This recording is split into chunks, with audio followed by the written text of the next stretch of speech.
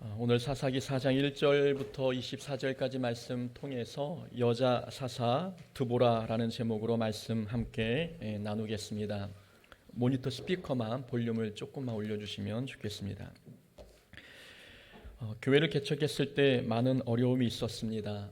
가장 첫 번째 찾아온 어려움은 교회 개척을 부정적으로 생각하는 주변 사람들의 반대였습니다.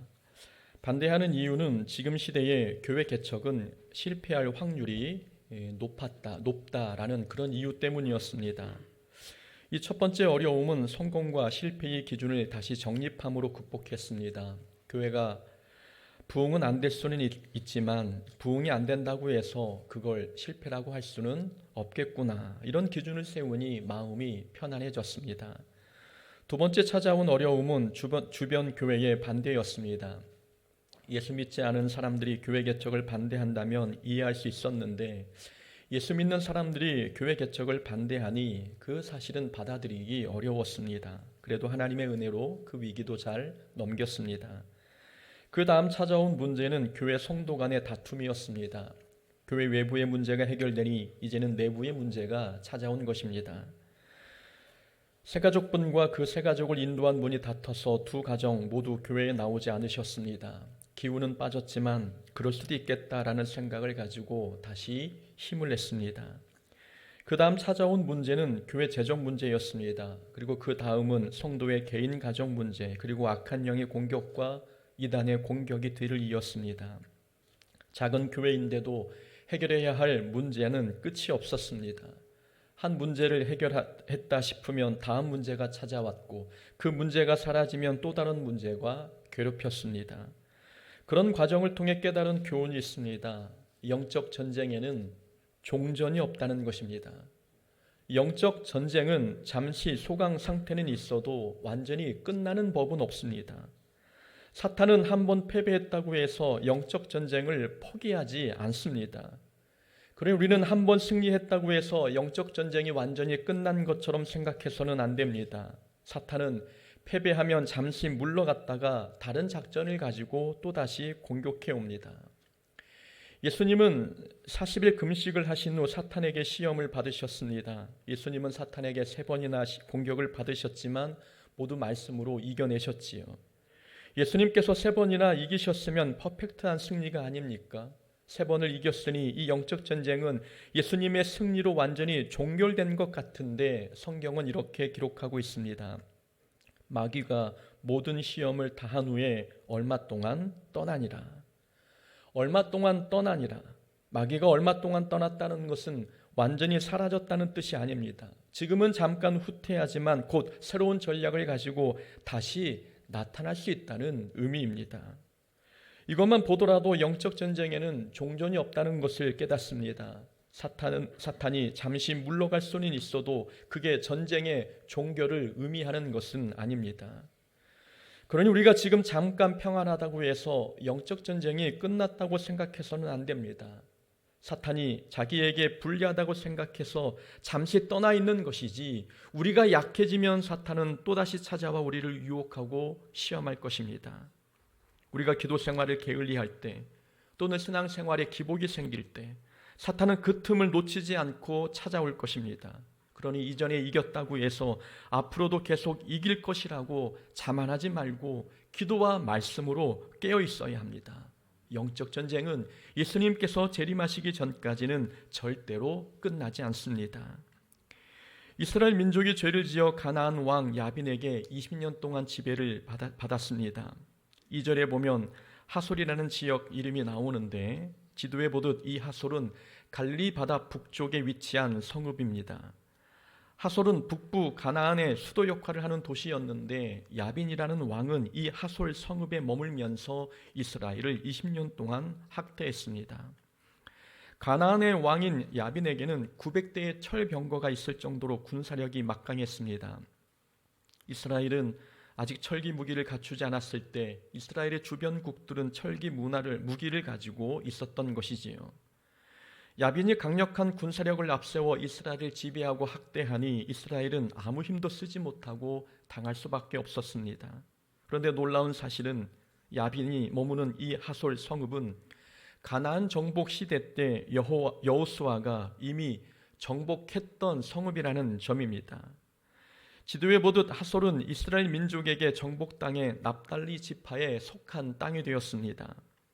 여호수아 11장에 여호수아가 하솔 성읍을 정복한 기록이 있습니다. 이런 내용이지요.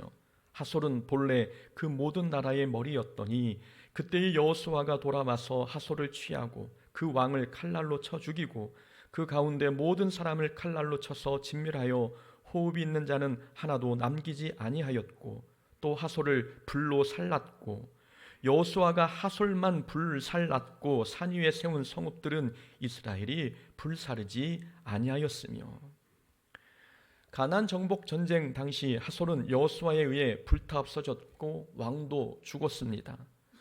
실제로 오늘날 하솔 지역을 발굴해 보니 심하게 불타버린 지층이 발견되었다고 합니다. 그 정도로 하솔 성읍은 여호수아에게 완전히 정복당해 폐허가 되었습니다. 그런데 오늘 본문을 보니 하솔이 다시 세력을 얻어 이스라엘을 지배하고 있습니다. 과거에 한번 이겼다고 해서 그 전쟁이 끝난 게 아니었습니다. 사탄은 잠시 물러가 숨어 있었던 것이지 완전히 괴멸된 것은 아니었습니다. 사탄은 이스라엘이 빈틈을 보이기를 기다렸고 이스라엘이 하나님을 떠나 범죄하자 다시 고개를 들고 일어나 이스라엘을 지배하고 학대했습니다. 그것도 젖과 꿀이 흐르는 가나안 땅에서 말입니다. 가나안 땅에서 고통과 학대당하는 이스라엘 모습을 보면서 우리는 중요한 교훈 하나를 얻게 됩니다. 좋은 환경에 있다고 해서 영적으로 안전한 것은 아닙니다. 은혜로운 환경에 처해 있다고 해서 영적 전쟁에서 결코 안전한 것은 아닙니다. 이스라엘은 과거 애굽의 지배를 받으며 학대를 당했습니다. 애굽의 학대를 못 이겨 하나님을 찾았고 그래서 하나님께서는 모세를 도구 삼아 이스라엘을 가나안 땅으로 인도하셨습니다. 애굽의 학대가 싫어 가나안 땅에 왔는데 어떻게 된 일인지 가나안 땅에서도 학대를 당하고 있습니다. 이스라엘 민족에게 가나안 땅은 애굽 땅과 크게 다르지 않았습니다. 가나안 땅이라고 해서 무조건 행복하고 안전한 것은 아니었습니다. 문제는 환경이 아니라 하나님과의 관계입니다. 안전과 화평은 하나님께 달린 것이지 환경에 달린 게 아닙니다. 이스라엘 민족이 하나님을 바라보면서 살 때는 광야에서도 안전했습니다. 그러나 하나님을 떠나니 젖과 꿀이 흐르는 가나안 땅에서도 학대를 당했습니다. 좋은 환경에 있다고 해서 반드시 영적으로 안전한 것은 아니었습니다. 사람들은 영적으로 안전하려면 또 신앙 성장에 도움이 되려면 좋은 환경에서 신앙생활을 해야 한다고 생각합니다. 그래서 시설 좋은 교회를 찾아가고 교육부서가 잘 운영되는 교회를 찾습니다. 규모가 어느 정도 되는 교회에서 신앙생활을 해야 성도의 교제도 할 수 있고 자신의 재능에 맞는 봉사도 할 수 있다고 생각합니다. 그래서 좋은 조건을 갖춘 교회를 찾아가는 것이지요. 조건 좋은 교회를 찾아가면 영적으로 안전하고 신앙이 건강하게 성장할까요? 어떤 교회에 가든 모든 교회에는 영적 전쟁이 존재합니다. 환경과 조건이 좋은 교회를 다녀도 그 교회에서 우리가 맞닥뜨려야 할 영적 전쟁이 있습니다. 환경이 열악한 교회를 다녀도 거기서도 우리가 감당해야 할 영적 전쟁이 있습니다. 광야는 광야대로, 가나안 땅은 가나안 땅대로 치러야 할 전쟁이 있는 것처럼 우리가 있는 모든 곳에는 피할 수 없는 영적 전쟁이 존재합니다. 환경과 조건이 좋다고 해서 영적으로 무조건 안전한 게 아니라는 말씀입니다. 중요한 것은 환경이 아니라 하나님과의 관계입니다. 어디를 가든 어느 교회를 다니든 우리가 하나님 앞에 바로 서지 않으면 모든 환경은 우리에게 위험한 유혹으로 다가옵니다. 좋은 환경은 타락의 유혹이 있고 열악한 환경은 불평의 유혹이라는 것이 있습니다. 어떤 환경, 어떤 교회에서든 하나님과 올바른 관계를 맺어야 안전한 것이지 좋은 환경이 영적 안전을 보장해 주는 것은 아닙니다. 그러니 은혜로운 환경에 있다고 해서 결코 안심하지 말아야 합니다.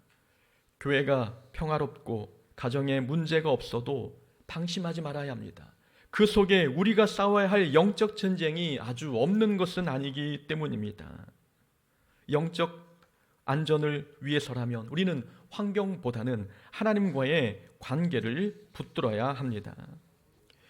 이스라엘 민족이 고통을 당하자 하나님께서 여선지자 드보라를 사사로 삼으셨습니다. 오늘 본문에 4명의 중요 인물이 등장합니다. 드보라, 그리고 바락, 야엘, 그리고 적군의 군대 장관인 시스라입니다.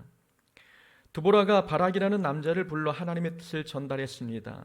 드보라는 바락에게 납달리 자손과 스불론 자손 10,000명을 거느리고 드볼산으로 가라고 명령했습니다. 그러면 하나님께서 적장 시스라와 그의 철병거를 기손강으로 이끌어내어 그들을 내 손에 넘겨줄 것이라고 말씀했습니다. 지도를 보면 알 수 있듯이 드보라가 왜 스불론과 납달리 자손 중에서 10,000명을 모으라고 했는지 알 수 있습니다. 스불론과 납달리 지파가 하솔 지역과 가까이 있었기 때문에 스불론과 납달리 두 지파는 가나안 왕 야빈에게 가장 큰 피해를 입은 지파였습니다. 그래서 가장 큰 피해를 입은 두 지파에서 10,000명을 모아 다볼산으로 모이게 하고 하솔의 왕 야빈, 그의 군대 장관 시스라와 싸우도록 했던 것입니다. 또한 하나님께서 10,000명을 다볼산으로 집결시키라고 한 데에는 2가지 이유가 있었습니다. 지도에 네모로 표시되어 있는 지역이 다볼산이지요. 이스라엘 민족을 다볼산으로 가라고 하신 이유, 첫 번째는 다볼산은 스불론과 납달리의 국경지대에 있었습니다. 그래서 스불론과 납달리 자손이 집결하기에 적합한 장소였습니다. 그리고 두 번째는 다볼산과 갈멜산에서 흘러나온 물이 기손강을 형성했는데 이 기손강은 적의 철병거를 무력화시키는데 적합한 장소였습니다. 지도에서 기손강의 위치를 보면 갈멜산과 다볼산 사이에 흐르고 있습니다. 이 기손강은 건기 때는 물이 흐르지 않습니다. 그러나 우기 때는 땅에서 물이 차올라 땅이 뻘밭처럼 변합니다.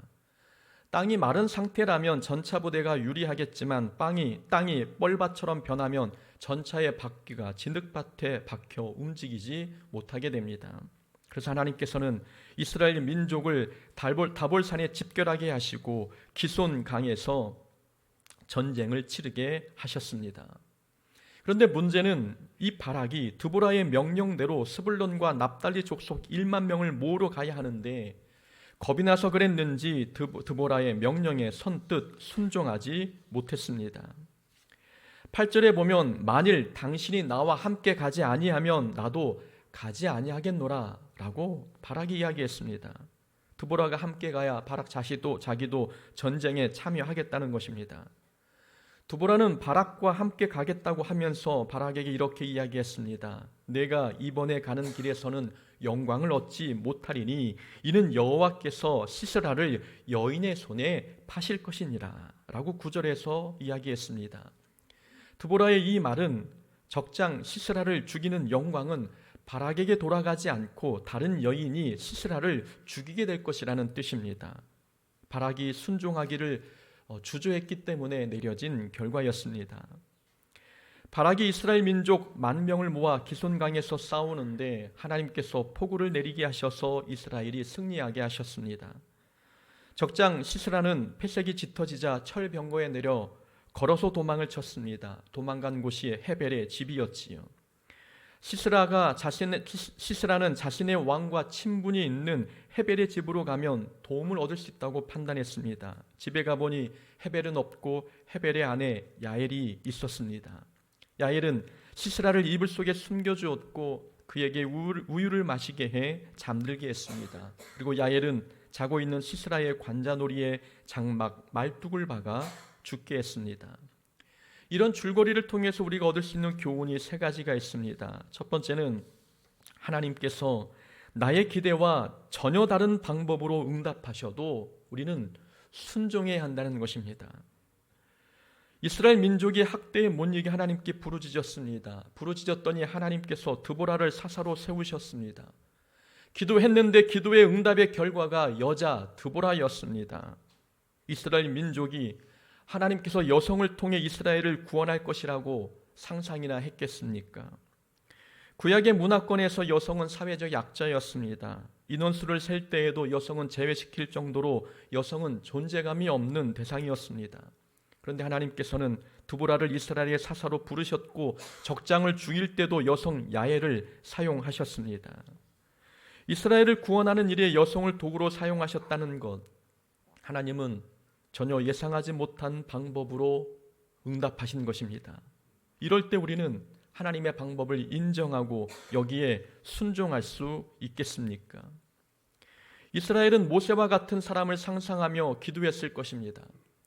애굽 땅에서 학대받았을 때 하나님께서 모세를 통해 구원해 주셨으니 오늘도 가나안 땅에 학대받는 이 상황에 하나님께서 모세와 같은 훌륭한 사람을 보내주셔서 구원해 주시지 않을까, 이런 기대감을 가지고 기도하지 않았겠습니까? 그런데 하나님께서는 여자 사사를 보내주셨습니다. 이럴 때 바락은 그래서 드보라에게 순종했고 이스라엘 민족들도 드보라를 따랐습니다. 우리는 우리가 기대했던 사람이 세워지지 않아도 그 사람을 인정하고 그 사람에게 순종해야 합니다. 하나님께서는 우리가 생각하지 않은 사람을 통해 일하실 수 있기 때문입니다. 사사기에 등장한 모든 사사들은 사람들의 예상을 벗어난 사람들이었습니다. 에훗은 한 손에 장애가 있었고 삼갈은 농부였습니다. 드보라는 여자였고 삼손은 도덕적으로 문제가 있는 사람이었습니다. 모두 하나님의 일을 하기에는 2%가 아니라 20% 이상이 부족한 사람들이었습니다. 그러나 하나님께서는 그들을 통해 놀라운 결과를 이루셨습니다.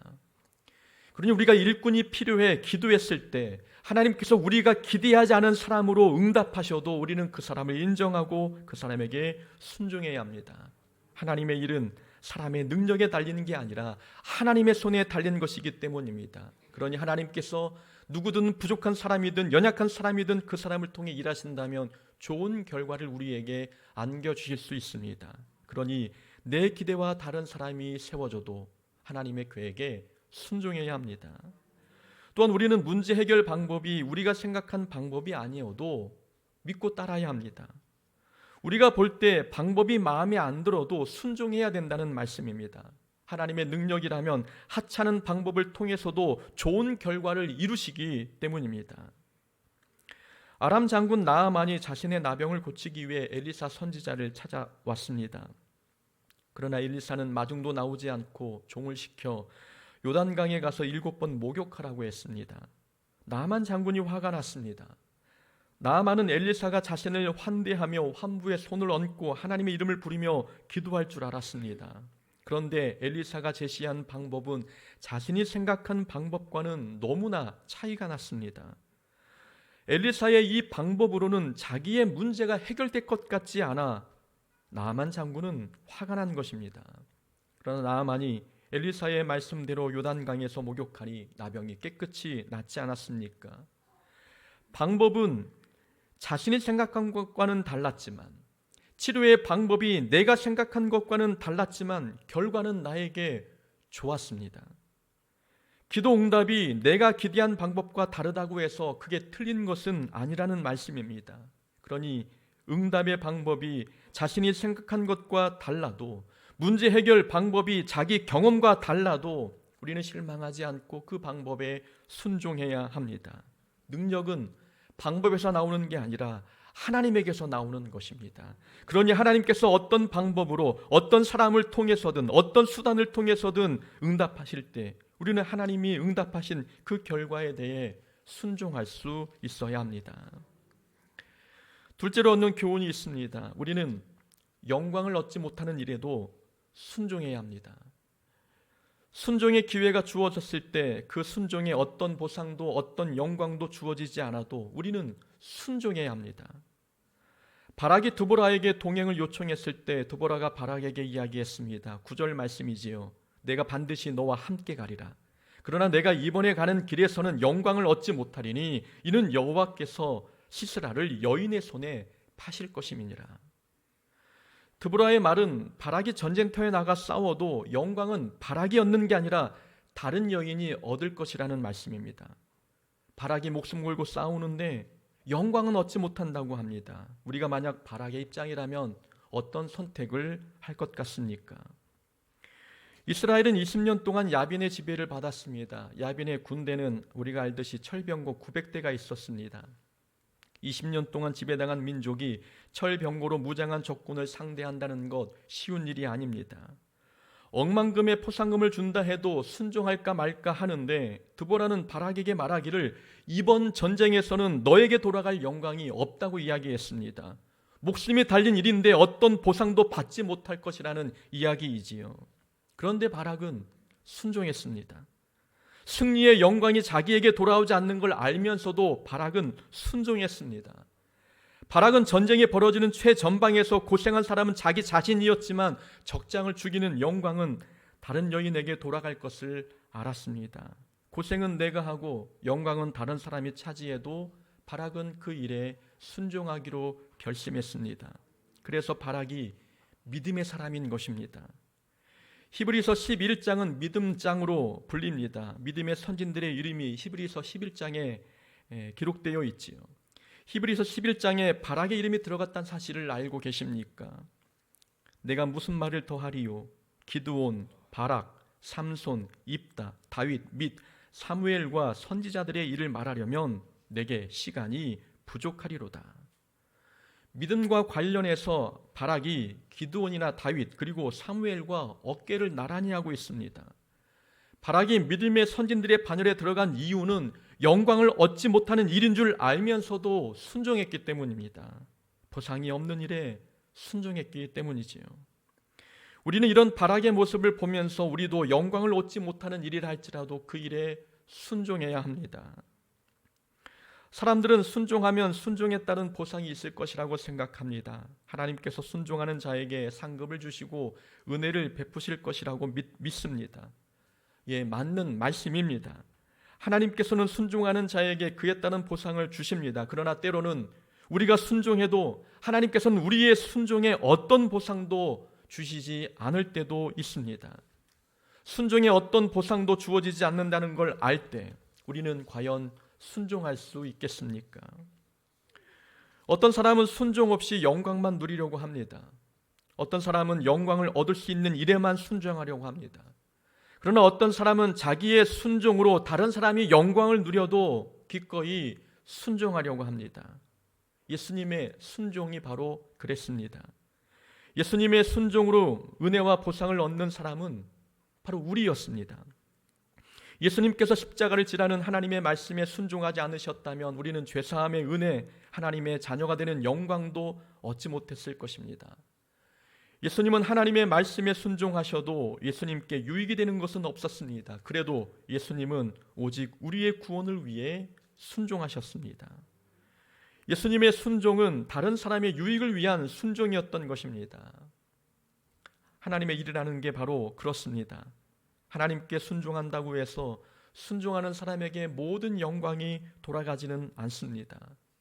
어떤 일은 순종할수록 욕을 먹기도 하고 어떤 일은 순종해도 아무도 알아주지 않습니다. 모세는 하나님께 순종을 잘했지만 가나안 땅에 들어가지 못했습니다. 가나안 땅을 밟는 영광을 얻지 못했습니다. 하나님께 순종하며 사역하는 내내 사람들에게 불평과 원망을 들었을 뿐만 아니라 때로는 사람들이 던지는 돌에 맞아 죽을 뻔한 적도 있었습니다. 모든 순종이 반드시 자신의 영광으로 이어지는 것은 아니었습니다. 하나님의 일이 때로는 내가 순종하고 다른 사람이 덕을 볼 때도 있습니다. 내가 순종했는데 다른 사람이 이익을 얻을 때가 있습니다. 그래도 하나님께서는 우리에게 순종을 요구하십니다.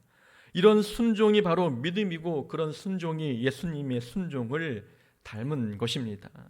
참된 믿음이란 영광을 얻지 못하는 걸 알면서도 순종하는 것입니다. 세 번째 얻는 교훈입니다. 우리는 인간적인 친분 관계 때문에 하나님의 섭리를 거역하지 말아야 합니다. 시스라가 전쟁에서 패하자 헤벨의 집으로 도망갔습니다. 헤벨의 집으로 간 이유가 17절에 나와 있습니다. 하솔 왕 야빈과 겐 사람 헤벨의 집 사이에는 화평이 있습니다. 시스라가 헤벨의 집으로 도망간 이유는 야빈 왕과 헤벨이 가까운 관계였기 때문입니다. 친밀한 관계, 친한 관계였던 거죠. 그런데 시스라는 헤벨의 집에서 헤벨의 아내 야엘에게 죽임을 당했습니다. 바로 여인 이 야엘은 인간관계보다 하나님과의 관계를 더 중요하게 생각한 여인입니다. 야엘은 자기 남편의 집안이 가나안 왕 야빈과 친분 관계에 있다는 걸 알았지만 친분 관계로 인해 이스라엘을 구원하시려는 하나님의 섭리를 거역하지 않았습니다. 믿음의 사람은 인간적인 친분 관계 때문에 하나님의 섭리를 거역하지 않습니다. 요나단은 사울 왕의 아들입니다. 아이러니하게도 요나단의 절친은 자기 아버지 사울이 그렇게 싫어하는 다윗이었습니다. 사울은 다윗을 죽이려고 혈안이 되었는데 사울의 아들 요나단은 다윗이 아버지 손에 죽지 않도록 도움을 주었습니다. 다윗이 죽으면 요나단 자신이 왕권을 물려받을 수 있는 것 아니겠습니까? 그런데도 요나단은 아버지 편에 서기보다 다윗 편에 섰습니다. 다윗 편에 섰다는 것은 하나님 편에 섰다는 것을 의미합니다. 이 요나단이야말로 인간적인 관계보다 하나님의 섭리를 더 중요하게 여긴 인물 아니겠습니까? 그러나 사도행전에 나온 아나니아와 삽비라 부부는 하나님보다 인간적인 관계를 중요하게 여긴 사람들입니다. 아나니아와 삽비라는 다른 성도들이 모든 소유를 팔아 헌금하니 자기들도 흉내내고 싶었습니다. 그래서 아나니아와 삽비라도 땅을 팔아 헌금을 마련했고, 그러나 땅판 값 일부는 감추어 두고 일부만 하나님께 헌금했습니다. 그리고 전부를 드린 것처럼 거짓말했지요. 남편이 하나님께 거짓말하려고 하면 아내가 말려야 하고, 아내가 거짓말을 하려고 하면 남편이 말려야 하는 게 정상 아니겠습니까? 그게 올바른 신앙으로 맺어진 부부관계 아닙니까? 그런데 아나니아와 삽비라 부부는 잘못된 일에 의기투합했습니다. 잘못된 일에 하나가 된 것은 그들이 부부였기 때문입니다. 아나니아와 삽비라는 하나님의 섭리보다, 하나님의 계획보다 부부관계가 더 중요한 사람들이었습니다. 성도는 사람 편이 아니라 하나님 편에 서야 합니다. 친한 사람 편에 설 게 아니라 진리의 말씀 편에 서야 하는 것이 그리스도인의 올바른 모습 아니겠습니까? 신명기 13장에 조금은 매정한 말씀이 기록되어 있습니다. 요약해서 읽어드리면 이런 내용입니다. 내 어머니의 아들 곧 내 형제나 내 자녀나 내 품의 아내나 너와 생명을 함께하는 친구가 가만히 너를 꾀어 이르기를 너와 내 조상들이 알지 못하던 다른 신들을 우리가 가서 섬기자 할지라도 너는 그를 따르지 말며 그들을 궁일이 여기지 말고 그를 죽이되 너를 꾀어 하나님에게서 떠나게 하려 한 자이니 너는 돌로 쳐 죽이라. 가족이 우상을 섬기자고 유혹하면 그들을 불쌍히 여기지 말고 돌로 쳐 죽이라는 말씀입니다. 냉정한 말씀 같지만 그 속에 담긴 영적 의미는 친분 관계보다도 하나님과의 관계를 중시 여기라는 것입니다. 친분 관계 때문에 하나님을 떠나는 일이 없도록 하라는 교훈이 담겨 있는 말씀입니다. 우리는 친분 관계를 내세우기보다 하나님과의 관계를 더 내세워야 합니다. 친분 관계를 내세우면 교회는 침묵해 받게 되지 않습니다. 그러나 하나님과의 관계를 중요하게 여기면 그 교회는 하나님께서 다스리시는 작은 천국이 됩니다. 우리는 하나님의 관계를 더 중시 여기기 때문에 하나님의 말씀을 생명처럼 여깁니다. 우리는 친분 관계가 아니라 하나님과의 관계를 중시 여기기 때문에 끼리끼리 모이지 않고 원수도 사랑하고 용서하고 배려하고 베푸는 삶들을 사는 것입니다. 우리는 하나님과의 관계를 친분 관계보다 더 중요하게 여겨야 합니다. 하나님께서는 사회적 약자이고 능력이 턱없이 부족한 드보라 그리고 바락, 야엘을 통해 일하셨습니다. 연약한 자를 통해 놀라운 결과를 이루신 하나님의 모습을 보니 하나님의 능력이 얼마나 큰지 우리는 알 수 있습니다. 이런 하나님께서 우리와 함께 동행하시고 우리를 통해 일하시기를 원하십니다. 우리가 순종할 때 하나님은 우리를 통해 놀라운 결과를 이루실 것입니다. 이런 하나님의 크신 능력을 경험하는 복된 한 주간 되시기를 주의 이름으로 축원합니다. 아멘.